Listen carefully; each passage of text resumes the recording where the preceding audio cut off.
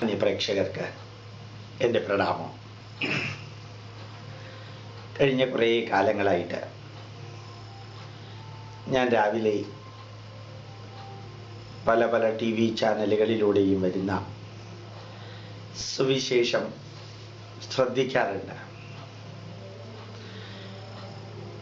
നമ്മളുടെ പല സ്വാമിമാരുടെയും പ്രഭാഷണങ്ങൾ പല ചാനലുകളിലും വരുന്നത് പോലെ ടൈ കെട്ടി ടിപ്പ് ടോപ്പായിട്ട് സുന്ദര കുട്ടപ്പന്മാരെ പോലെ ഇരുന്ന്, അതേപോലെ ചില പള്ളിയിൽ അച്ഛന്മാരുടെ വേഷവും കെട്ടി ബൈബിളിനെ കുറിച്ചും യേശുക്രിസ്തുവിനെ കുറിച്ചും പറയുന്നത് ശ്രദ്ധിക്കാറുണ്ട്.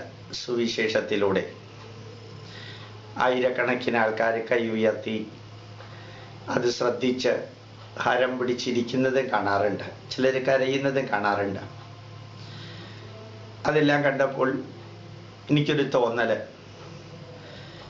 എല്ലാം യേശുക്രിസ്തുവിൽ അർപ്പിച്ച കുറേ ഭക്തന്മാർ, അർപ്പിക്കണമെന്ന് പറയുന്ന കുറേ സുവിശേഷ പ്രാസംഗികർ, അവരെല്ലാം പറയുന്നത് സത്യമാണോ എന്നൊന്നറിയാൻ ഞാൻ ബൈബിളിലൂടെ പല ആവർത്തി കടന്നു നോക്കി.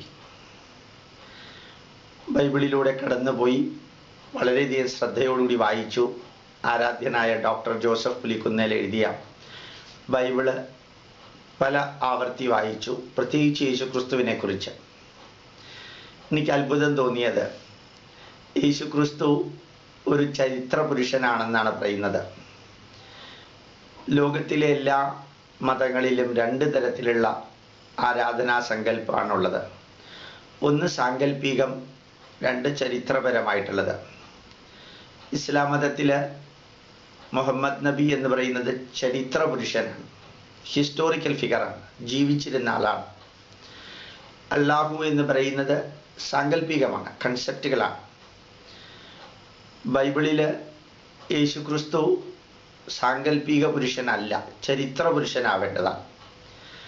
കാരണം ഇന്ന് നമുക്കറിയാമല്ലോ, AD BC എന്ന് പറയുന്നത് യേശുക്രിസ്തുവിൻ്റെ ജനനം ജീവിതവുമായിട്ട് ബന്ധപ്പെട്ടിട്ടുള്ളതാണ്.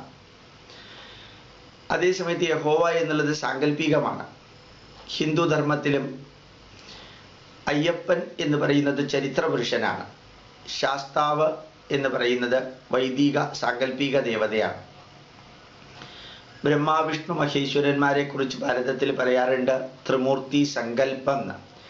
സങ്കല്പമാണ് അത്. അങ്ങനെ ബ്രഹ്മാവിനെ പോലെയോ വിഷ്ണുവിനെ പോലെയോ മഹാദേവനെ പോലെയോ ഒരു വ്യക്തി ജീവിച്ചിരുന്നില്ല. പക്ഷെ സാങ്കല്പികമാണ്. സാങ്കല്പികമായിട്ടുള്ളത് തെറ്റൊന്നുമല്ല. ഈശ്വരൻ എന്ന് പറയുന്നത് തന്നെ ഏതോ വാചോ നിവർത്തന്തേ അപ്രാപ്യ മനസാസഹ, മനസ്സുകൊണ്ട് മനനം ചെയ്യാൻ സാധ്യമല്ലാത്തത് കൊണ്ട് വാക്കുകൾ കൊണ്ട് വിവരിക്കാൻ സാധ്യമല്ല എന്ന് വളരെ വ്യക്തമായിട്ട് പറയാറുണ്ട് ഈശ്വരനെ കുറിച്ച് ഉപനിഷത്തുകളിൽ. അപ്പോൾ യഹോവ എന്നുള്ള ദൈവം സാങ്കല്പികമാണ്. ലോകത്തിൽ എവിടെയാണ് യഹോവ താമസിക്കുന്നതെന്ന് ചോദിച്ചാൽ പറയാൻ സാധിക്കില്ല. യഹോവ എവിടെയാണ് ജനിച്ചതെന്ന് ചോദിച്ചാൽ പറയാൻ സാധിക്കില്ല. ഏതെല്ലാം രാജ്യങ്ങളിൽ എങ്ങനെയൊക്കെയാണ് പോയതെന്ന് ചോദിച്ചാൽ പറയാൻ സാധിക്കില്ല. കാരണം സാങ്കല്പിക ദേവതയാണ്. അങ്ങനെ പറയാൻ സാധിക്കില്ല എന്നുള്ളത് കൊണ്ട് വലിയ പ്രശ്നമൊന്നുമില്ല. പക്ഷെ യേശുക്രിസ്തുവിനെ കുറിച്ച് ഉള്ള വിവരണത്തിൽ അങ്ങനെ പറഞ്ഞാൽ പോരാ. ചരിത്ര പുരുഷനാണ്. ഏകദേശം 2000 വർഷങ്ങൾക്ക് മുമ്പ് ജനിച്ച ഡേറ്റ് വരെ അറിയാം എന്ന് പറയുന്ന വ്യക്തിയാണ് യേശുക്രിസ്തു. ഈ യേശുക്രിസ്തുവിൻ്റെ ജനനം മുതൽക്ക് മരണം വരെ ഈ സുവിശേഷ പ്രാസംഗികർ പറയുന്ന മഹത്വം എന്തെങ്കിലും ഉണ്ടോ എന്നൊന്ന് പരിശോധിക്കാം. യേശുക്രിസ്തുവിനെയോ ക്രിസ്തു മതത്തെയോ നെഗറ്റീവിലേക്ക് കൊണ്ടുപോകാനൊന്നുമല്ല. നമ്മൾ വസ്തുതകൾ അറിയണമല്ലോ. യുക്തിവാദികളുടെ ദൃഷ്ടിയിലൂടെ നിഷേധിക്കാനല്ല, ചരിത്രപരമായ വീക്ഷണത്തിലൂടെ അറിയാനും അറിയിക്കാനും. അങ്ങനെ ഒന്ന് എന്തിനാ ചെയ്യുന്നത് എന്ന് ചോദിക്കുകയാണെങ്കിൽ, രാവിലെ ഇത്രയും അടിച്ച് കലക്കി കുറേ പാവപ്പെട്ടവരുടെ മനസ്സിൽ, കുറേ വിദ്യാഭ്യാസമില്ലാത്തവരുടെ മനസ്സിൽ, കുറച്ച് അന്ധമായിട്ട് ഈ കാര്യങ്ങൾ കാണുന്ന വിദ്യാഭ്യാസമുള്ളവരുടെയും മനസ്സിൽ ഇങ്ങനെ കുറേ ചിന്തകൾ, ചോദ്യം ചെയ്യാതെ വിശ്വസിപ്പിക്കുന്ന കുറേ ചിന്തകൾ ഉണ്ടാവുമ്പോൾ അതിൻ്റെ സത്യാവസ്ഥ അറിയിക്കുക എന്നുള്ളത് എൻ്റെയും കൂടി ഉത്തരവാദിത്വമാണ്. എന്താ എൻ്റെ ഉത്തരവാദിത്വം എന്ന് പറയാൻ കാരണം, ഒരു ക്രിസ്ത്യാനി എങ്ങനെ ജീവിക്കുന്നു, എങ്ങനെ ആരാധിക്കുന്നു, എങ്ങനെ പൂജിക്കുന്നു എന്നുള്ളതൊന്നും എൻ്റെ അന്വേഷണ പരിധിയിൽപ്പെടേണ്ടതല്ല. പിന്നെയും ഞാനത് ചെയ്യാൻ കാരണം എന്താ വെച്ചാൽ, ആയിരക്കണക്കിന് ഹിന്ദുക്കളെ യേശുക്രിസ്തുവിൻ്റെ പേരിൽ ഇവർ പറ്റിക്കുന്നു, ചതിക്കുന്നു, വഞ്ചിക്കുന്നു മതം മാറ്റാൻ വേണ്ടി. അതുകൊണ്ട് തന്നെയാണ് ഞാനിത് ഒന്ന് ജനങ്ങളെ അറിയിക്കണം എന്ന് വിചാരിച്ചത്. മാന്യമായി ക്രിസ്ത്യാനികളായി ജീവിക്കുന്ന എല്ലാവർക്കും യേശു ക്രിസ്തുവിൻ്റെ നാമത്തിൽ നിങ്ങൾക്ക് ഞാൻ എൻ്റെ സ്നേഹവന്ദനം നേരുന്നു. എൻ്റെ മലയാളത്തിൽ ചിലപ്പോൾ നിങ്ങൾക്ക് ചില പ്രശ്നങ്ങൾ ഉണ്ടായി കാണും, ചിലപ്പോൾ ഉണ്ടാവാം. ഞാൻ മലയാളിയാണെങ്കിലും ഞാൻ ചെന്നൈയിൽ ജനിച്ചു വളർന്നൊരു മലയാളിയാണ്. അതുകൊണ്ട് എൻ്റെ മലയാളം ഒരു മലയാള പാണ്ഡിത്യം കൊണ്ട് സംസാരിക്കുന്ന രീതിയിലുള്ള ഒരു മലയാളം ചിലപ്പോൾ എൻ്റെ കയ്യിൽ നിന്ന് നിങ്ങൾക്ക് പ്രതീക്ഷിക്കാൻ പറ്റില്ല. പക്ഷേ ഞാൻ ചില കാര്യങ്ങൾ പറയാം.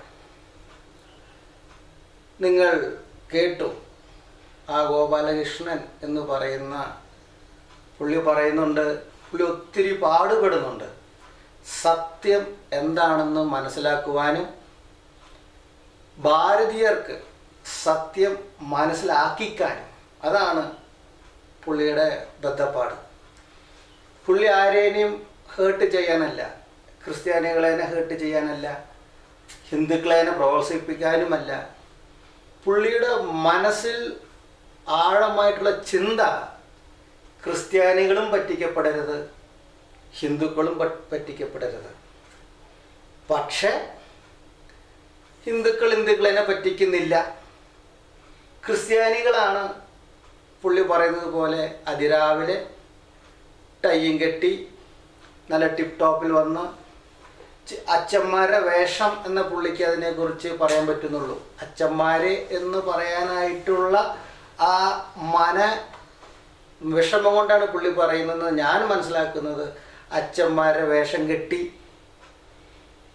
അടിച്ച് നല്ല പപ്പാസ് ചെയ്യുന്നത് പോലെ, അല്ലെങ്കിൽ കൂട്ടാൻ വയ്ക്കുന്നത് പോലെ, നിങ്ങൾ രുചിക്കെന്ന് പറയുന്നത് പോലെയൊക്കെ പുള്ളി അടിച്ച് കൊഴുപ്പിച്ച് ഈ യേശു ക്രിസ്തുവിന് അതിരാവിലെ പ്രസംഗിച്ച് ആരോടാണ്? പുള്ളി എന്നെ പറയുന്നുണ്ട്, വിവരമില്ലാത്ത,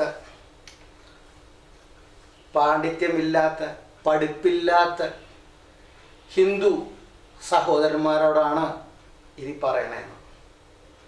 അങ്ങനെ ഒരു ക്രിസ്തീയ ചാനലും പറയുന്നില്ല എൻ്റെ ഹിന്ദു ജനങ്ങളെ നിങ്ങളിത് കേൾപ്പിനെന്ന്. ഇവർ ടൈ കെട്ടിയോ കോട്ടിട്ടോ അച്ഛന്മാരുടെ വേഷം കെട്ടിയോ പറയുന്നത് എന്തിനാണെങ്കിൽ അവരുടെ വിശ്വാസത്തിൽ അവർ ആരാധിക്കുന്ന യേശു ക്രിസ്തു ഈ ഭൂമിയിൽ നിന്ന് പോകുന്നതിന് മുമ്പ് അവർക്കൊരു ഉത്തരവാദിത്വം കൊടുത്തിട്ടുണ്ട്. അത് പിന്നീടുള്ള സംഭാഷണത്തിൽ ആ കാര്യം ഗോപാലകൃഷ്ണൻ സാറ് തന്നെ പറയുന്നുണ്ട്. എന്തു കൊടുത്തു? നിങ്ങൾ ലോകമെമ്പാട് പോവിൻ, സുവിശേഷം പ്രസംഗിപ്പിൻ എന്നുള്ള കാര്യം. ആ ഒരു ചുമതല, റെസ്പോൺസിബിൾ അവരുടെ കയ്യിലുള്ളത് കൊണ്ട് കാലാനുസരണമായിട്ടുള്ള വിജ്ഞാനത്തിൻ്റെ വളർച്ചയ്ക്ക് അനുസരണമായി വീഡിയോയിലും റേഡിയോയിലും ടി വിയിലും വാട്സപ്പിലും ഇമെയിലിൽ കൂടിയും പ്രിൻറ്റിംഗ് ആയിട്ടും എല്ലാ മീഡിയയിൽ കൂടിയും അവർ യേശു ക്രിസ്തുവിനെ പ്രഘോഷിക്കുന്നു. അതാണ് അതിൻ്റെ സത്യം. ഇഷ്ടമുള്ളവർ കാണുന്നു, ഇഷ്ടമില്ലാത്തവർ അതിനെക്കുറിച്ച് വിമർശിക്കുന്നു. നമ്മൾ വിമർശനത്തിനെ ഒരിക്കലും എതിർക്കാൻ പാടില്ല. വിമർശനമാണ് നമ്മളെ വളർത്തുന്നത് നിങ്ങൾ മനസ്സിലാക്കണം. പക്ഷേ ആ സത്യാന്വേഷിയായിരിക്കുന്ന ഈ ഗോപാലകൃഷ്ണൻ പറയുന്ന കാര്യങ്ങൾ പുള്ളി പറയുന്നുണ്ട്, ഞാൻ ഒരിക്കലും ക്രിസ്തു മതത്തെ തെറ്റായിട്ട് വ്യാഖ്യാനിക്കാനല്ല, ക്രിസ്ത്യാനികളെ ചീത്ത പറയാനോ വിഷമിപ്പിക്കാനോ അല്ല.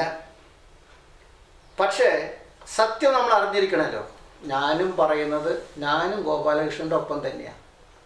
സത്യം നമ്മൾ അറിഞ്ഞിരിക്കണം. നമ്മൾ എല്ലാവരും, ഈ ഭൂമുഖത്തിലുള്ള എല്ലാവരും ഒരു അന്വേഷണികളാണ്. നമ്മൾ സത്യത്തെ അന്വേഷിച്ച് സത്യം എന്താണെന്ന് മനസ്സിലാക്കി അതിനെ മുറുകെ പിടിക്കണം.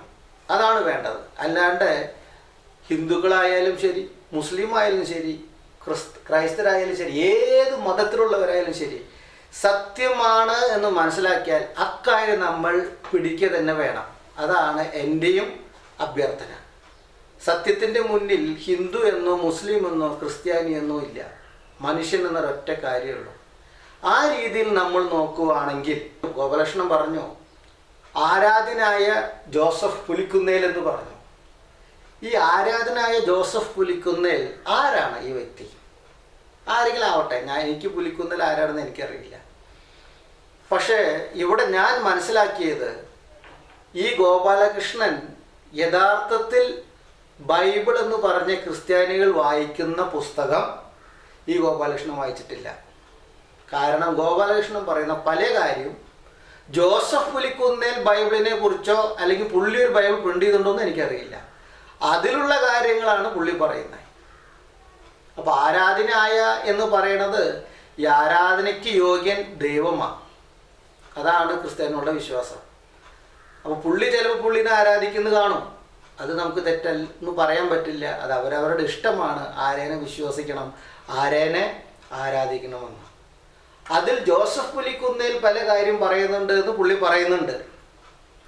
പിന്നെ ഈ ഗോപാലകൃഷ്ണൻ പറയുന്നതിൻ്റെ മെയിൻ ഒരു കാര്യം, എല്ലാ മതത്തിലും രണ്ട് തരത്തിലുള്ള വിശ്വാസമുണ്ട് എന്നാണ്. ഒന്ന് സാങ്കല്പികം, ഒന്ന് ചരിത്രം. ഈ സാങ്കല്പികം എന്ന് പറയുന്നതിനെയാണ് ഇംഗ്ലീഷിൽ മിത്ത് എന്നും എപ്പിക് എന്നൊക്കെ പറയണേ. ചരിത്രത്തിനെ നിങ്ങൾക്ക് എല്ലാവർക്കും അറിയാം. അല്ലെങ്കിൽ സാങ്കല്പികം എന്ന് പറയുന്നതിൻ്റെ ഇനിയൊരു വാക്ക് സാധാരണ മലയാളത്തിൽ നമ്മൾ ഉപയോഗിക്കുന്ന വാക്കാണ് ഊഹാപോഹം. അങ്ങനെ ഉണ്ടായിരുന്നു എന്നു പറയപ്പെടുന്നു എന്നല്ലാതെ അങ്ങനെയാണ് എന്ന് പറയാൻ കഴിയാത്തത് കൊണ്ട് ഒഴിഞ്ഞു മാറാനുള്ള ഒരു സാഹചര്യം സൃഷ്ടിക്കലാണ് സാങ്കല്പികം എന്ന് പറയുന്നത്. പക്ഷേ മാന്യ ശ്രോതാക്കൾക്ക്, ഇത് കേൾക്കുന്നവരും കാണുന്നവരോടും എനിക്ക് പറയാനുള്ളത്, ക്രിസ്തുമതം എന്ന് പറയുന്നത് സാങ്കല്പികമല്ല. അതിനെല്ലാം ചരിത്രപ്രകാരമായിട്ടുള്ള തെളിവുണ്ട്. അതുകൊണ്ട് ഈ ക്രിസ്തുമതത്തിലത്തെ അല്ലെങ്കിൽ ബൈബിളിലത്തെ ഏതെങ്കിലും ഒരു സംഗതി, ഏതെങ്കിലും ഒരു വചനം ഇത് കള്ളത്തരമാണ്, ഇത് ഫ്രോഡാണ് എന്ന് ചുമ്മാ തൊള്ളോട്ട് പറഞ്ഞാൽ പോരാ. അത് സയൻറ്റിഫിക്കായിട്ടും ഹിസ്റ്റോറിക്കലായിട്ടും ഒരു വ്യക്തി പ്രൂവ് ചെയ്യുകയാണെങ്കിൽ അവന് എത്രയോ $1 മില്യൺ കിട്ടും. ബ്രിട്ടീഷ് സുപ്രീം കോർട്ടിൽ ഒരു നിരീശ്വരവാദി ക്രിസ്ത്യാനിയായ ആൾ പുള്ളിയുടെ സ്വത്ത് വിറ്റ് $25 മില്യൺ കെട്ടിവെച്ചിട്ടുണ്ട് എത്രയോ വർഷം മുമ്പ്. അത് സ്വന്തമാക്കാം, ആർക്കും സ്വന്തമാക്കാം ഈ ലോകത്ത്. അതുകൊണ്ട് ഇതൊന്നും ഊഹാപോഹമല്ല, അല്ലെങ്കിൽ സാങ്കല്പികമല്ല. ചിലപ്പോൾ ഗോപാലകൃഷ്ണൻ പറയുന്ന ബ്രഹ്മ എന്ന് പറയുന്ന പേര് പറയപ്പെടുന്ന സാങ്കല്പികമായിരിക്കാം. അത് ഗോപാലകൃഷ്ണനാണ് പറയുന്നത് സാങ്കല്പികമാണെന്ന്. പക്ഷെ ഞാൻ പറയുന്നു ബ്രഹ്മ സാങ്കല്പികമല്ല. ബ്രഹ്മാവ് എന്ന് പറയുന്നത് റിയലാണ്, റിയൽ ദൈവമാണ്. കാരണം ബ്രഹ്മാവ് എന്ന് പറയുന്നത് ഹിന്ദുക്കളുടെ ദൈവമല്ല. സംസ്കൃത ഭാഷയിൽ ബ്രഹ്മാവ് എന്ന് പറയുന്ന അർത്ഥം സൃഷ്ടികർത്താവ് എന്നാണ്. അതാണ് ക്രിസ്ത്യാനികളും പഴയ നിയമ വിശ്വാസികളായിട്ടുള്ള ഇസ്രയേലികളും പറയുന്നത് യഹോവ. അതാണ് തമിഴിൽ പറയുന്ന ഈശ്വരൻ, ഇംഗ്ലീഷിൽ പറയുന്ന ഇറ്റേണൽ ഫാദർ അല്ലെങ്കിൽ ഗോഡ്, അല്ലെങ്കിൽ അറബിയിൽ പറയുന്ന അള്ളാഹ്. അപ്പോൾ ഇത് സാങ്കല്പികമല്ല, ഇത് റിയൽ തന്നെയാണ്. ഒരു ഹിന്ദു വിശ്വാസത്തിൽ വളർന്നു വന്ന ഗോപാലകൃഷ്ണനാണ് പറയുന്നത് ബ്രഹ്മാവ് എന്ന് പറയുന്നത് സാങ്കല്പികമാണ് എന്നാണ്. പക്ഷെ ക്രിസ്തുമതത്തിൽ ജനിച്ച് വിശ്വാസിച്ച് പ്രസ്താവിക്കുന്ന ഞാൻ പറയുന്നു, ഈ ആന്റണി പറയുന്നു, ബ്രഹ്മാവ് എന്ന് പറയുന്നത് റിയലാണ്, സത്യമാണത്. അത് ആർക്കും നിഷേധിക്കാൻ കഴിയില്ല. കാരണം ബ്രഹ്മാവ് എന്ന് പറയുന്നത് ഹിന്ദുക്കളുടെ മാത്രം ദൈവമല്ല. ബ്രഹ്മാവ് എന്ന് പറയുന്ന വാക്ക് സംസ്കൃത വാക്കാണ്. അതിൻ്റെ അർത്ഥം എന്താണെങ്കിൽ സൃഷ്ടികർത്താവ്, ഈ സർവ എന്ന് പറഞ്ഞാൽ യൂണിവേഴ്സ്, ആ യൂണിവേഴ്സ് സൃഷ്ടിച്ച ആത്മാവ്, അതാണ് ബ്രഹ്മാവ്. ഇത് തന്നെയാണ് ഞങ്ങളും പറയുന്ന യഹോവ എന്ന്. അപ്പോൾ ബ്രഹ്മാവ് എന്ന് പറയുന്നത് സാങ്കല്പികമല്ല എൻ്റെ ഹിന്ദു സഹോദരന്മാരെ, അത് സത്യം തന്നെയാണ്. ഞാൻ വീണ്ടും പറയുന്നു, ബ്രഹ്മാവ് എന്ന് പറയുന്നത് ഹിന്ദു ദൈവമല്ല. അത് അവരെടുത്തു പറഞ്ഞു ബ്രഹ്മാവ് എന്ന്. പക്ഷെ സംസ്കൃതത്തിൽ യഹോവേനെ പറയണമെന്നുണ്ടെങ്കിൽ ബ്രഹ്മാവ് എന്നേ പറയാൻ കഴിയുള്ളൂ. സൃഷ്ടികർത്താവ് എന്നുള്ളതിൻ്റെ സംസ്കൃത വാക്കാണ്. ഞങ്ങളും അത് വിശ്വസിക്കുന്നത്. പക്ഷെ ഒരു പക്ഷേ ഗോപാലകൃഷ്ണൻ അത് വിശ്വസിക്കുന്നത് കാണില്ല. അതാണല്ലോ സാങ്കല്പികം എന്ന് പറയുന്നത്. ശരി, ഞാൻ അതിനെക്കുറിച്ച് തർക്കിക്കാൻ വരുന്നില്ല. ഇനി യഹോവ എന്ന് പറയുന്ന, സംസ്കൃതത്തിൽ ബ്രഹ്മാവ് എന്ന് പറയുന്ന ആ സാങ്കല്പികം ബൈബിൾ പ്രകാരം സാങ്കല്പികമല്ല. ചരിത്ര പുരുഷനായിട്ടുള്ള മോസസ്, ഇത് ആർക്കും ഡിനൈ ചെയ്യാൻ പറ്റാത്ത കാര്യമാണ്.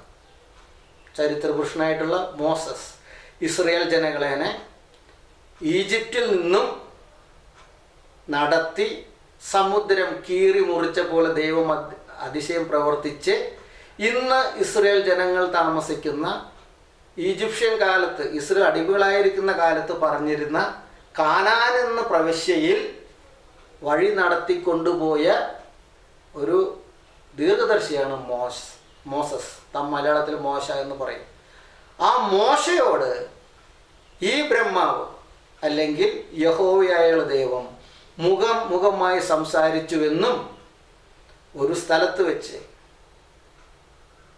മോശ ചോദിച്ചു, എനിക്ക് ഇത്രയും സംസാരിച്ച് ഇത്രയും അതിശയങ്ങൾ കാണിച്ച് ഞങ്ങളെ നടത്തുന്നുണ്ടല്ലോ, അങ്ങേ എനിക്കൊന്ന് കാണണമെന്ന്.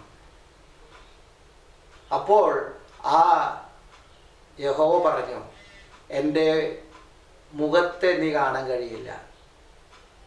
എൻ്റെ മുഖത്തെ കണ്ടാൽ മനുഷ്യൻ മരിക്കും, കാരണം അവനിൽ പാപമുള്ളത് കൊണ്ട്. എൻ്റെ ഭാഗത്ത് ഞാൻ കാണിച്ചു തരാം എന്ന് പറഞ്ഞ് ഈ ദൈവം യഹോവ അല്ലെങ്കിൽ സംസ്കൃതത്തിൽ നിങ്ങൾ പറയുന്ന ബ്രഹ്മാവ് തൻ്റെ പിൻപുറം കാണിച്ചു എന്ന് ബൈബിളിൽ പറയുന്നുണ്ട്. ഈ സൃഷ്ടികർത്താവ് പിൻപുറം കാണിച്ചു. മോശ അത് കണ്ടു. അതുകൊണ്ട് അത് ചരിത്രപുരുഷൻ മോശയായതുകൊണ്ട് മോശ ഏത് കാലത്ത് ജനിച്ചു എല്ലാം ഉണ്ട് ഈജിപ്ഷ്യൻ ചരിത്രത്തിൽ. ഗോഷാൻ എന്ന സ്ഥലത്ത് ഇസ്രയേൽ ജനങ്ങൾ ഈജിപ്ത് നാട്ടിൽ സെറ്റിലായി എന്നുള്ള ചരിത്രമേ ഉണ്ട്. ഇന്ന് Goshen land, Goshen farm, land farm, Goshen land product എന്നൊക്കെ പറഞ്ഞ് ഒത്തിരി കാര്യങ്ങൾ പറയുന്നതിൻ്റെ പിന്നിലുള്ള കാര്യം അതാ, വേറൊന്നുമല്ല. അവിടെ നിന്നുമാണ് കൊണ്ടുവന്ന് രാംസേസ് എന്ന് പറഞ്ഞ് ഫറവോൻ രാജാവിൻ്റെ കാലത്ത് അയാളുടെ പേരിൽ കെട്ടിയ രാംസേസ് എന്ന് പറഞ്ഞ പട്ടണം. അതാണല്ലോ ഇന്ന് ഈജിപ്റ്റ് പിരമിഡ് കാണാൻ പോകുന്നവരുടെ സ്പിങ്സ് എന്ന് പറഞ്ഞ പിരമിഡൊക്കെ അവിടെയാണല്ലോ ഉള്ളത്. ഈ രാംസേസിനെ എന്ന് പറഞ്ഞ ഫറവോനെ കുറിച്ചാണല്ലോ മോശയുടെ പുസ്തകത്തിൽ പറയുന്നത്. ബൈബിളിൽ രണ്ടാമത്തെ പുസ്തകമായിട്ടുള്ള ഇംഗ്ലീഷിൽ എക്സോഡസ് എന്ന് പറയപ്പെടുന്ന, മലയാളത്തിൽ പുറപ്പാട് എന്ന് പറയപ്പെടുന്ന പുസ്തകത്തിൽ എഴുതി ഇട്ടിട്ടുണ്ട്. ഗോപാലകൃഷ്ണൻ അത് വായിച്ചിട്ടില്ല. ബൈബിൾ ഞാൻ വായിച്ചു എന്ന് പറയുന്നുണ്ടെന്നല്ലാണ്ട് ഗോപാലകൃഷ്ണൻ ബൈബിൾ വായിച്ചിട്ടില്ല. ജോസഫ് പുലിക്കുന്നേൽ എഴുതിയ ബൈബിൾ വായിച്ചു എന്നല്ലാണ്ട് വേറെ ഒരു ഇതും ഗോപാലകൃഷ്ണൻ വായിച്ചിട്ടില്ല എന്നാണ് എനിക്ക് മനസ്സിലാക്കാനുള്ളത്. മനസ്സിനകത്ത് താൻ ഹിന്ദുവാണെന്നും തൻ്റെ ഹിന്ദു മതവിശ്വാസികളെ ക്രിസ്ത്യാനികൾ കൊണ്ടുപോകുന്നുണ്ടല്ലോ എന്നുള്ള ഒരു കടുത്ത വികാരമുള്ളിലുള്ളത് കൊണ്ട്, ആ ഒരു വിചാരമുള്ളിലുള്ളത് കൊണ്ട് പുറത്ത് പറയുന്നുണ്ട് എനിക്ക് ആരോടും ഇല്ല എന്ന്. പക്ഷെ ഉള്ളുകൊണ്ട് ആ വിഷമം ഉള്ളത് കൊണ്ട് എൻ്റെ പ്രിയ സുഹൃത്തെ അല്ലെങ്കിൽ സഹോദരനായ ഗോപാലകൃഷ്ണ ബൈബിൾ വായിക്കുക. ജോസഫ് പുലിക്കുന്നേൽ എഴുതി വായിക്കല്ലേ. അതിൽ പറഞ്ഞ കാര്യങ്ങൾ ഞാൻ പറയുന്നത്. ആ മോശ വഴി നടത്തി കൊണ്ടുവന്ന ഹിസ്റ്ററി, ചരിത്രം എഴുതപ്പെട്ടതാണ്. പല കാര്യങ്ങൾ ഇപ്പോൾ നിങ്ങൾ കാണുന്ന ഈ ചെങ്കടൽ, ഇന്ന് റെഡ് സീ എന്ന് പറഞ്ഞ ചെങ്കടലിൻ്റെ വിഭജിച്ച് പോയ സ്ഥലത്ത് ഫറവോൻ്റെ രഥത്തിൻ്റെ വീൽ ഇപ്പം നിങ്ങൾ കാണുന്നുണ്ടല്ലോ. പല കാര്യങ്ങൾ കൂടെ നിങ്ങൾ അറിയുന്നുണ്ട്, കേൾക്കുന്നുണ്ട്. സ്വർണം കൊണ്ട് ഉണ്ടാക്കി വെള്ളി പൂശിയ ആ ഒരു രഥത്തിൻ്റെ ചക്രം ഇന്നും ചരിത്രപ്രകാരം ഒരാൾക്ക് ഉണ്ടായിട്ടുള്ളൂ, ഫറവോൻ രാജാക്കൾക്ക് മാത്രം. ആ വീൽ അതിൻ്റെ ചക്രം റെഡ് സീയുടെ അകത്ത് താഴെ കിടക്കുന്നുണ്ട്, കാണുന്നുണ്ടല്ലോ. കുതിരയുടെ കുളമ്പും ഉള്ള കാര്യങ്ങൾ. ഇനി എന്താ തെളിവ് വേണ്ടേ? Investigations have revealed artifacts which confirm our previous conclusions about the site. Its gradual contours. Our first artifact to inspect is this chariot wheel. We see 90-degree angles here, which are a sign of man-made structure. The Lord looked down upon the army of the Egyptians, and he took off their chariot wheels. Here we see another 4-spoked chariot wheel with one spoke missing and a center-raised hub. The coral here has preserved the chariot parts by retaining the man-made structure. Here we see another wheel suspended on its axle, standing at attention. It has 6 spokes and a raised center hub. Ron Wyatt made many dives here and located many artifacts. This could have once been a chariot cab. This appears to be another round chariot wheel. Horse remains have also been found here, such as this shrunken hoof. Here we see a chariot wheel standing on its axle in this old 1978 footage shot by Ron Wyatt. Next we see an 8-spoke wheel with 1 spoke missing. 8-spoke wheels were only used during the 18th dynasty, the time of the Exodus. The Bible tells us there were 600 choice chariots used in the chase of the children of Israel. This artifact was left behind at a depth of 200 feet. Since specialized equipment would be necessary to raise it to the surface, today it is still in the location where it was found. While investigating the Saudi Arabian waters, Viveka Pontian found this beautiful round chariot wheel specimen with a raised center hub. This is confirmation of the chariot parts continuing to the other side of the crossing site, opposite Nuweiba. By confirming the location of the Red Sea crossing, one is then able to conclude without a doubt that the real Mount Sinai must be over in Saudi Arabia, in Midian, just as the Bible says. മോശ കടന്നു എന്നുള്ളതിന് ചരിത്രക്കാരും പറയുന്നത് അങ്ങനെ പല കാര്യങ്ങൾ. ഓരോന്നും പറഞ്ഞാൽ ഈ ഒരു 5 മിനിറ്റ് ഗോപാലകൃഷ്ണൻ പറഞ്ഞാൽ ഒരു ദിവസം പറയേണ്ടി വരും. അതുകൊണ്ട് ഞാൻ അതിലേക്ക് കടക്കുന്നില്ല. പിന്നെ ഗോപാലകൃഷ്ണൻ പറഞ്ഞു, യഹോവ ദൈവം എവിടെയാ ജനിച്ച് എവിടെയാ മരിച്ച്, എല്ലാം ജനിച്ചും മരിച്ചും കണ്ടതിന് മാത്രമാണോ റെഫറൻസ് ഉള്ളൂ, അല്ലെങ്കിൽ വിശ്വസിക്കാൻ പറ്റുള്ളൂ, അല്ലെങ്കിൽ ചരിത്രമുള്ളൂ? വേറെ ഒന്നിനും ചരിത്രമില്ല എന്ന് പറയാൻ പറ്റുമോ? അത് സങ്കല്പമല്ല, ഇത് റിയൽ തിങ് ആണ്. കാണിക്കാൻ പറ്റുമോ? അനുഭവിക്കാൻ കഴിയും. അനുഭവിക്കുന്നതെല്ലാം ചരിത്രമോ കാണിക്കാനോ പറ്റുന്നതാവണം എന്ന് യാതൊരു അർത്ഥവുമില്ല. അനുഭവിക്കാൻ കഴിയും, പക്ഷെ നമുക്ക് കാണിക്കാൻ കഴിയില്ല. ഉദാഹരണത്തിന്, പഞ്ചസാര നാവിൽ വെച്ചാൽ മധുരിക്കും, എന്നാൽ ഈ മധുരം എന്ന് പറഞ്ഞ് രുചിനെ കാണിക്കാൻ കഴിയുമോ? അതൊരു അനുഭവമല്ലേ? ആ രുചിനെ ആർക്കെങ്കിലും എവിടെയെങ്കിലും കാണിക്കാൻ കഴിയുമോ? ഇതാണ് ആ രുചി. നിങ്ങൾ നാവിൽ വെച്ചാൽ അനുഭവിക്കുന്ന രുചി ഇതാണ് ആ സംഗതി, ഇതാണ് മധുരത്തിൻ്റെ നിറം എന്ന് പറഞ്ഞ് കാണിക്കാൻ കഴിയുമോ? കഴിയില്ല. അങ്ങനെ ഒത്തിരി കാര്യമുണ്ട് ഈ ഭൂമിയിൽ, അല്ലെങ്കിൽ ഈ ലോകത്ത്. നമ്മളെല്ലാം ജനിച്ചു മരിച്ച എന്ന് പറഞ്ഞ് യാതൊന്നും കാണിക്കാൻ പറ്റില്ല. പക്ഷെ നമുക്ക് വേണ്ടതെല്ലാം നമ്മൾ വിശ്വസിക്കുകയും ചെയ്യും, അത് ചരിത്രഭൂഷണമാണെന്ന് പറയുകയും ചെയ്യും. അതിനെക്കുറിച്ച് നമ്മൾ പലരെയും കൊല്ലുകയും ചെയ്യും. കാരണം നമ്മൾ പറയുന്ന ഈ സംഗതി മറ്റുള്ളവരുടെ ഇടയ്ക്ക് എത്തണം എന്നാണ്. ഇനി പറഞ്ഞു, അന്ധമായി വിശ്വസിക്കുന്ന ഹിന്ദുക്കൾ എന്ന് പറയുന്നത്. ഹിന്ദുക്കളെല്ലാം അന്ധമായല്ലേ വിശ്വസിക്കുന്നത്? ഏത് അന്ധമല്ലാണ്ട്. പക്ഷെ ഒരു കാര്യം ഗോപാലകൃഷ്ണൻ പറഞ്ഞതിനെ ഞാൻ അപ്രിഷ്യേറ്റ് ചെയ്തേ പറ്റുള്ളൂ. ഗോപാലകൃഷ്ണൻ സത്യം അന്വേഷിച്ച് മനസ്സിലാക്കുന്നൊരു ആശയമുണ്ട്. അതുകൊണ്ടാണ് ഗോപാലകൃഷ്ണൻ പറഞ്ഞ് വിഷ്ണുവും 3 തലയുള്ള ബ്രഹ്മാവും 4 തലയുള്ളതെന്ന് ഇതൊക്കെ സാങ്കല്പികമാണ്. അതിൻ്റെ അർത്ഥം ഇതൊക്കെ ഊഹാപോഹമാണ്, ഇതൊന്നും റിയൽ അല്ല എന്ന് ഗോപാലകൃഷ്ണൻ പറഞ്ഞു. ഏത് 3 തലി 4 കൈയുള്ള അറ്റ്ലീസ്റ്റ് അതെങ്കിലും പറഞ്ഞല്ലോ, അതിന് ഒരു നന്ദി. പിന്നെ ഗോപാലകൃഷ്ണൻ അങ്ങനെ പറയുന്ന പല കാര്യങ്ങളുണ്ട്. പക്ഷെ യഹോവ അല്ലെങ്കിൽ ബ്രഹ്മാവ് പറയുന്നുണ്ട്, എനിക്ക് ആദ്യമില്ല, എനിക്ക് അന്തവുമില്ല, ഞാൻ തന്നെയാണ് ആദി, ഞാൻ തന്നെയാണ് അന്തം, ഞാൻ തന്നെയാണ് സർവവും, എല്ലാ സ്ഥലത്തും ഞാൻ തന്നെയാണുള്ളത്. ഇതിന് എന്തുമാത്രം ചരിത്ര പ്രാപ്തി ഉണ്ട് എന്നുള്ള കാര്യങ്ങളെല്ലാം നമ്മൾ അന്വേഷിച്ചാൽ അതിനും ഗോപാലകൃഷ്ണൻ തന്നെ ഉത്തരം പറഞ്ഞിട്ടുണ്ട് സംസ്കൃതത്തിൽ. ഞാൻ വലിയ സംസ്കൃത പണ്ഡിതനൊന്നും അല്ല, കുറച്ച് സംസ്കൃതം മനസ്സിലാക്കുന്നതുമല്ല. അല്ലാണ്ട് ഗോപാലകൃഷ്ണൻ പറഞ്ഞു, ഈശ്വരനെ ആരെ കൊണ്ടും വർണ്ണിക്കാനും എത്ര വർണ്ണിച്ചാലും തീരാത്ത, എത്ര മനസ്സിലാക്കിയാലും അതിൻ്റെ ഒരു അറ്റം ചെല്ലാത്ത, അതിൻ്റെ ആഴം എന്താ അകലം എന്താ, ഇതൊന്നും നമ്മൾക്ക് ഈശ്വരനെ അളക്കാനോ മനസ്സിലാക്കാനോ സാധിക്കില്ല. അതുകൊണ്ടാണ് പറയുന്നത്, തമിഴിലൊരു ഒരു പഴഞ്ചൊല്ലുണ്ട്, കറ്റളവ് കൈയളവ് കള്ളാതളവ് കടലളവ് എന്ന്. അതായത് നമ്മൾ മനസ്സിലാക്കിയത് ഒരു പിടി കയ്യിലുള്ള കാര്യങ്ങൾ മാത്രം, മനസ്സിലാക്കാനിരിക്കുന്നതോ കടലിൻ്റെ അത്ര ഉണ്ടെന്നാണ് പറയുന്നത്.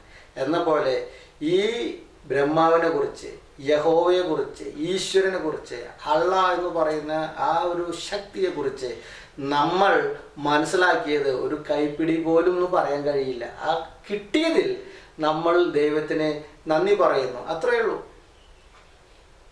ആ സൃഷ്ടി കർത്താവായിരിക്കുന്ന യഹോവയായിരിക്കുന്ന ആ ശക്തി, ആ ദൈവം മനുഷ്യനായി ഭൂമിയിൽ അവതരിച്ചതാണ് യേശുക്രിസ്തു. ഇത് അംഗീകരിക്കേണ്ട അവിടേക്കാണ് പ്രശ്നങ്ങളെല്ലാം വരുന്നത്. ഗോപാലകൃഷ്ണൻ അത് തന്നെയാണ് പ്രശ്നം. പക്ഷെ ഒന്ന് മനസ്സിലാക്കണം, ഇത് ഞാൻ പറയും, മുഖ്യമായി ക്രിസ്ത്യാനികൾ മനസ്സിലാക്കണം, അല്ലെങ്കിൽ കേൾക്കുന്ന ഹിന്ദുക്കളും മനസ്സിലാക്കണം. ഹിന്ദു ജനങ്ങളെ കൊണ്ടുപോകുന്നുണ്ടല്ലോ ക്രിസ്ത്യാനിയിലേക്ക്, അല്ലെങ്കിൽ മുസ്ലിമോള് എന്ന് പറഞ്ഞിട്ടുള്ളതിലേക്ക് അല്ല പ്രശ്നം. പ്രശ്നം ഉദിക്കുന്നത് എന്തിനാണെങ്കിൽ, ക്രിസ്ത്യാനികൾ ഇവിടെ ഇന്ത്യയിലേക്ക് വന്ന്, മിഷണറിമാർ ഇന്ത്യയിലേക്ക് വന്ന് ഇവിടെ സ്കൂളുകളും കോളേജുകളും ആശുപത്രികളും സ്ഥാപിച്ച് ഈ ബ്രാഹ്മണ സമുദായത്തിനാൽ തഴയപ്പെട്ട ഹരിജനങ്ങളും തീണ്ടായ്മയുള്ളവരും താഴ്ന്ന ജാതിക്കാരും വനവാസികളും ആദിവാസികളുമായിട്ടുള്ളവരെ പഠിപ്പിച്ചെടുത്തു. ഇന്ന് അവർ ബ്രാഹ്മണന്മാരെ തരത്തിലല്ല ഉള്ളത്. ഇപ്പൊ ഇവിടെ കയ്യിൽ നിന്നും അധികാരം പോകുന്നു. ഇവർ വരച്ചവരല്ല, അവർ നിൽക്കുന്നില്ല. ഇതിങ്ങനെ തുടർന്നു പോയാൽ നമുക്ക് ഇവരെ ഭരിക്കാനോ നമ്മുടെ അണ്ടറിൽ നിർത്താനോ കഴിയില്ല. ഇതിന്റെ കാരണക്കാരാരാ? ക്രിസ്ത്യാനികൾ. അപ്പൊ അവരെന്നെ ക്രിസ്ത്യാനി ആക്കുന്നു എന്ന് പേര് പറഞ്ഞ് അവരെ അറ്റാക്ക് ചെയ്യാം. പക്ഷെ ഞാനൊന്ന് ചോദിച്ചോട്ടെ, എല്ലാ ഹിന്ദു സഹോദരന്മാരോടും ഗോപാലകൃഷ്ണനും കൂടി ഞാൻ ചോദിക്കുന്നത്, ആളുകൾ ക്രിസ്ത്യാനിയോ മുസ്ലിമോ ഹിന്ദു ആയതുകൊണ്ട് നിങ്ങളുടെ കുടുംബത്തിന് എന്താ എന്തെങ്കിലും ഉപയോഗമുണ്ടോ? ഓ, ഹിന്ദുക്കൾ ക്രിസ്ത്യാനി ആയതുകൊണ്ട് നിങ്ങൾക്ക് വല്ല നഷ്ടമുണ്ടോ? ഗോപാലകൃഷ്ണൻ പഠിച്ച് അധ്വാനിച്ച് കാശ് കിട്ടിയ ഗോപാലകൃഷ്ണന്റെ ഭാര്യയ്ക്കും മക്കൾക്കും അപ്പനും അമ്മയ്ക്കും നല്ലത്. അവർ ഹിന്ദുവിൽ തന്നെ നിന്നതുകൊണ്ട് നിങ്ങൾക്കൊന്നും കിട്ടാൻ പോകുന്നില്ല. അവർ ക്രിസ്ത്യാനി ആയതുകൊണ്ട് നിങ്ങൾക്കൊന്നും നഷ്ടം വരാൻ പോകുന്നില്ല. പക്ഷെ അവർ ക്രിസ്ത്യാനി ആയതുകൊണ്ട് ഉയർന്ന സമുദായമായിട്ടുള്ള നമ്പൂതിരികൾക്കും ബ്രാഹ്മണന്മാർക്കും നഷ്ടമുണ്ട്. കാരണം അവരുടെ ചൊൽപ്പടിയിൽ ഇവർ നിൽക്കില്ല, ഇവരെ പറ്റിച്ച് നടത്താൻ പറ്റില്ല. അതാണ് ഇതിൻ്റെ അടിസ്ഥാന കാരണം. ആ അടിസ്ഥാന കാരണം വെച്ചിട്ടാണ് ക്രിസ്ത്യാനികളെ അറ്റാക്ക് ചെയ്യുന്നത്, വേറെ ഒന്നുമല്ല ഇതിൻ്റെ കാരണം. ഉദാഹരണത്തിന് ഇന്ന് പറഞ്ഞു, നിങ്ങൾ ഗോവധം കൊണ്ടുവരാൻ പറഞ്ഞു, നിർത്താൻ പറഞ്ഞു. പ്രശ്നം ഉണ്ടായി പറഞ്ഞു, ഞങ്ങൾ പശുവിനെ കൊല്ലണ്ടെന്ന് പറഞ്ഞിട്ടില്ല, തിന്നണ്ടെന്ന് പറഞ്ഞിട്ടില്ല, എല്ലാം തിന്നാം, അവരവരുടെ ഇഷ്ടത്തിൽ തിന്നാം. എങ്ങനെ തിന്നാം? വിൽക്കാൻ പാടില്ല എന്ന് നിയമം കൊണ്ടുവന്നു. പിന്നെ വിൽക്കാണ്ട ഒരു സാധനം ആര് മേടിക്കാൻ പറ്റും, ആര് കൊല്ലാൻ പറ്റും, ആര് തിന്നാൻ പറ്റും. അപ്പൊ തിന്നണ്ടെന്നും കൊല്ലണ്ടെന്നും പറയുന്നില്ല, വിൽക്കാൻ പാടില്ല എന്നേ പറയുന്നുള്ളൂ. അപ്പൊ വിൽക്കാൻ പാടില്ല എന്ന് പറഞ്ഞു, ഞങ്ങൾ മാർക്കറ്റിൽ വിൽക്കാൻ പാടില്ല, പിന്നെ മാർക്കറ്റ് അല്ലാണ്ട് എവിടെ വിൽക്കുക എന്ന് പറയുന്ന പോലെ നിങ്ങൾക്ക് നേരിട്ട് താണ ജാതിക്കാരെ പഠിപ്പിക്കാനോ അവരോട് പഠിക്കണ്ടെന്നോ പറയാൻ നിങ്ങളെ കൊണ്ട് സാധിക്കില്ല, സ്വതന്ത്ര ഇന്ത്യ ആയതുകൊണ്ട്. അപ്പോൾ ഇവരെ പഠിപ്പിക്കുന്ന ക്രിസ്ത്യാനികൾ തന്നെ നിങ്ങൾക്ക് അറ്റാക്ക് ചെയ്യണം, ഇവർ ക്രിസ്തു മതത്തിലേക്ക് പോകണമെന്ന് പറഞ്ഞിട്ട്. അത്രയേ ഉള്ളൂ, വേറെ ഒന്നുമല്ല നിങ്ങളുടെ പ്രശ്നം. അവരെ നിങ്ങളുടെ ചൊൽപ്പടിക്ക് കഴിയുന്നില്ല. അങ്ങനെ ഉയർന്ന ബ്രാഹ്മണ സമുദായം ഹിന്ദുക്കളുടെ മധ്യത്തിൽ ഒത്തിരി വിഭാഗങ്ങളും ഡൈവേഴ്സിറ്റിയും കൊണ്ടുവന്ന് നീ താണവൻ, ഉയർന്നവൻ, ആദിവാസി, അയ്യോ എന്നെ ലിസ്റ്റ് എടുത്ത് നോക്കണം. നിങ്ങൾ ഹിന്ദു സഹോദരന്മാരെ നിങ്ങൾ തന്നെ ആലോചിക്കുക. ഒരു ഹിന്ദു ദൈവങ്ങൾക്ക് ഇത്ര ഒരു ഇത് വേണോ? ചരിത്രമില്ല എന്ന് പറയുന്നു. ചില അമ്പലങ്ങളിലേക്ക് താണജാതിക്കാർക്ക് പ്രവേശനമല്ല. എന്താ? അതാ ദൈവത്തിൻ്റെ സൃഷ്ടിയല്ലേ? ചില അമ്പലങ്ങൾക്ക് സ്ത്രീകളുടെ പ്രവേശനമില്ല. എന്താ? സ്ത്രീ ദൈവത്തിൻ്റെ സൃഷ്ടിയല്ലേ? ഇങ്ങനെ പല വൈകാരികമായിട്ടുള്ള കാര്യങ്ങൾ കൊണ്ടുവന്ന് ചിന്ന ഭിന്നമാക്കി അടിമ വെച്ചിട്ട് ചില ഗ്രാമങ്ങളിലേക്ക്, ചില വീടുകളിലേക്ക് താണജാതിക്കാർ പോകാൻ പാടില്ല. അവൻ ചെരുപ്പ് കയ്യിലെടുത്ത് വേണം ആ ഗ്രാമം കടക്കാൻ. ഇതെല്ലാം പഠിച്ചു വരുന്നവ തലമുറ അതിനെതിർക്കുന്നത് കൊണ്ട് ഇതിൻ്റെ ആണിവേര് ക്രിസ്ത്യാനികളാണ്, മിഷണറിമാരാ. ഇതാണ് നിങ്ങളുടെ കാര്യം, വേറെ ഒന്നുമല്ല. അല്ലാണ്ട് ഹിന്ദുക്കളാകോ എന്ന് പോകുന്നല്ലോ ക്രിസ്ത്യാനികൾക്ക്. ഒരു ഹിന്ദു ക്രിസ്ത്യാനി അവൻ ജീവിക്കുന്നത് ഇന്ത്യയിൽ തന്നെയല്ലേ? അവൻ സമ്പാദിക്കുന്ന സമ്പാദത്തിന് ടാക്സ് ഇന്ത്യ ഗവൺമെൻറ്റിനല്ലേ കൊടുക്കുന്നത്, കേരള ഗവൺമെൻറ്റിനല്ലേ കൊടുക്കുന്നത്. അവൻ വിൽക്കുന്ന സാധനം മറ്റുള്ളവർക്ക് വേണ്ടി സർവീസല്ലേ. ഒരുവൻ ക്രിസ്ത്യാനി ആയതുകൊണ്ട് എന്താണ് ഈ രാജ്യത്ത് വ്യത്യാസം വരാൻ പോകുന്നത്? എന്ത് വ്യത്യാസം വരാൻ പോകുന്നത്? ഒന്ന് ആലോചിച്ച് നോക്കി. ഏതെങ്കിലും ഒരു വ്യക്തി മതം മാറിയതുകൊണ്ട് എന്തെങ്കിലും വ്യത്യാസം വരാൻ പോകുന്നുണ്ടോ ഈ രാജ്യത്ത്? ഒന്നും സംഭവിക്കാൻ പോകുന്നില്ല. പക്ഷെ അവർ മാറുന്നതിൻ്റെ ദുഃഖം എന്തുകൊണ്ടാണെങ്കിൽ ഇവർ ഞങ്ങളുടെ ചൊൽപ്പടിയിൽ നിന്നും പുറത്തോട്ട് പോകുന്നു. ഇവരുടെ മേൽ ഞങ്ങൾക്ക് ഒരു അധികാരവുമില്ല. അതുകൊണ്ടാണ് ക്രിസ്ത്യാനിയായി കഴിഞ്ഞ് ഗവൺമെൻറ്റിൻ്റെ ആനുകൂല്യം കൊടുക്കില്ല. അങ്ങനെ പേടിപ്പിച്ച് നിർത്തുകയാണ്. നീ എന്നും എൻ്റെ ആനുകൂല്യം തിന്നുന്നവനായിരിക്കണം, നീ എന്നും എൻ്റെ ചെരുപ്പ് നക്കുന്നവനായിരിക്കണം. അതാണ് അതിൻ്റെ അർത്ഥം. അതുകൊണ്ട് ചുമ്മാ സമയം പാഴാക്കി കളയാണ് എൻ്റെ ഗോപാലകൃഷ്ണനും ഗോപാലകൃഷ്ണൻ്റെ കൂടെയുള്ള ആളുകളും. ഇത് കേൾക്കുന്നവർ മനസ്സിലാക്കട്ടെ. എൻ്റെ ഒരു കേട് ഞാൻ അപേക്ഷിക്കുന്നു ഹിന്ദു സഹോദരങ്ങളോട്, നിങ്ങളിത് ചിന്തിക്കുക. ഞാൻ നിങ്ങളെ എതിർക്കുന്നില്ല. മതപ്രകാരമായിട്ട് നമ്മൾ വ്യത്യാസമുള്ളൂ. ഞാൻ ക്രിസ്ത്യാനിയും നിങ്ങൾ ഹിന്ദു മതവിശ്വാസികളും. പക്ഷെ ദേശം വെച്ച് നോക്കുമ്പോൾ ഞാനും ഹിന്ദു തന്നെയാണ്. ഹിന്ദു എന്ന് പറഞ്ഞ ദേശത്ത് ജീവിക്കുന്ന ഞാൻ ഹിന്ദുവാണ്. അമേരിക്ക എന്ന ദേശത്ത് ജീവിക്കുന്ന ഞാൻ അമേരിക്കനാണ് എന്ന് പറഞ്ഞ പോലെ ഇന്ത്യൻ ഇംഗ്ലീഷിൽ പറയുകയാണെങ്കിൽ, സംസ്കൃതത്തിൽ പറയുകയാണെങ്കിൽ ഹിന്ദു എന്ന് പറയാം. അങ്ങനെ പല കാര്യങ്ങൾ നമ്മൾ മനസ്സിലാക്കേണ്ടതുണ്ട്. പിന്നെ ജോസഫ് ഇടമുറുകിനെ പോലെ അല്ല എന്ന് പറയുന്നത്, പക്ഷെ പല കാര്യങ്ങളും ജോസഫ് ഇടമുറുകിൻ്റെ കാര്യമാണ് കോട്ട് ചെയ്യുന്നത്. അപ്പോൾ എത്രയോ ഭാഷകളും എത്രയോ ജാതികളും ഉള്ളത് കൊണ്ട് അവരവരുടെ മനസ്സിൽ കയറുന്ന രീതിയിൽ ദൈവങ്ങളെ അങ്ങ് സൃഷ്ടിച്ചു. അതുകൊണ്ടാണ് പറയുന്നത് ഹിന്ദുക്കൾക്ക് 33 മുക്കോടി ദൈവന്മാരാണെന്ന്. അതായത് 33 crore ദൈവം. ഇന്ത്യയിൽ ആകെ 150 കോടി ജനങ്ങളാണ്. അപ്പോൾ ഒരാൾക്ക് എത്ര ദൈവങ്ങളുണ്ട്? എന്നിട്ടും ഇന്നും മറ്റുള്ള ദേശത്ത് പോയിട്ട് ഭിക്ഷെടുക്കുക. എല്ലാ വീട്ടിലും ലക്ഷ്മിയുടെ പൂജയാണ്. ലക്ഷ്മീനെ പൂജ ചെയ്യുന്നു, ലക്ഷ്മിയിൽ നിന്നും ഐശ്വര്യം കിട്ടുന്നു, എല്ലാം കിട്ടുന്നു. എന്നിട്ടും ഈ ജനങ്ങളെ പോറ്റാൻ വേണ്ടി ലക്ഷ്മി ആരാന്നറിയാത്ത ജനങ്ങളുടെ കയ്യിൽ നിന്നും കാശ് കടം മേടിച്ച് കൊണ്ടുവരുന്നു. നിങ്ങൾ ഞങ്ങൾക്ക് തരുമോ, ഞങ്ങളുടെ ദേശത്ത് വന്നിട്ട് കമ്പനി തുടങ്ങിയെന്ന് പറയുന്നു. ഇവിടെ ആകെ ലക്ഷ്മിയുടെ പൂജയാണ്. ഇതൊന്നും ആലോചിച്ചുകൂടെ നിങ്ങൾക്ക്? എന്താണ് നമ്മളിന്ന് ജീവിക്കുന്നത്? എന്താണ് ഇതിനുള്ള ബാക്കിലുള്ള കാര്യം? ഇതിൽ അമേരിക്ക എന്നോ ഇന്ത്യ എന്നോ ജപ്പാൻ എന്നോ വ്യത്യാസമില്ല. ഒരു മനുഷ്യൻ എന്ന രീതിയിൽ ഇതിനകത്ത് മതവുമില്ല, ഒന്നുമില്ല. ഒരു മനുഷ്യൻ എന്ന രീതിയിൽ എൻ്റെ ഹിന്ദു സഹോദരന്മാരുടെ എനിക്കുള്ള അഭ്യർത്ഥന, നിങ്ങളിതൊന്ന് ആലോചിച്ച് നോക്ക്. എന്താണ് ഇതിൻ്റെ പുറകെയുള്ള കാര്യങ്ങൾ? മനസ്സിലായില്ലേ?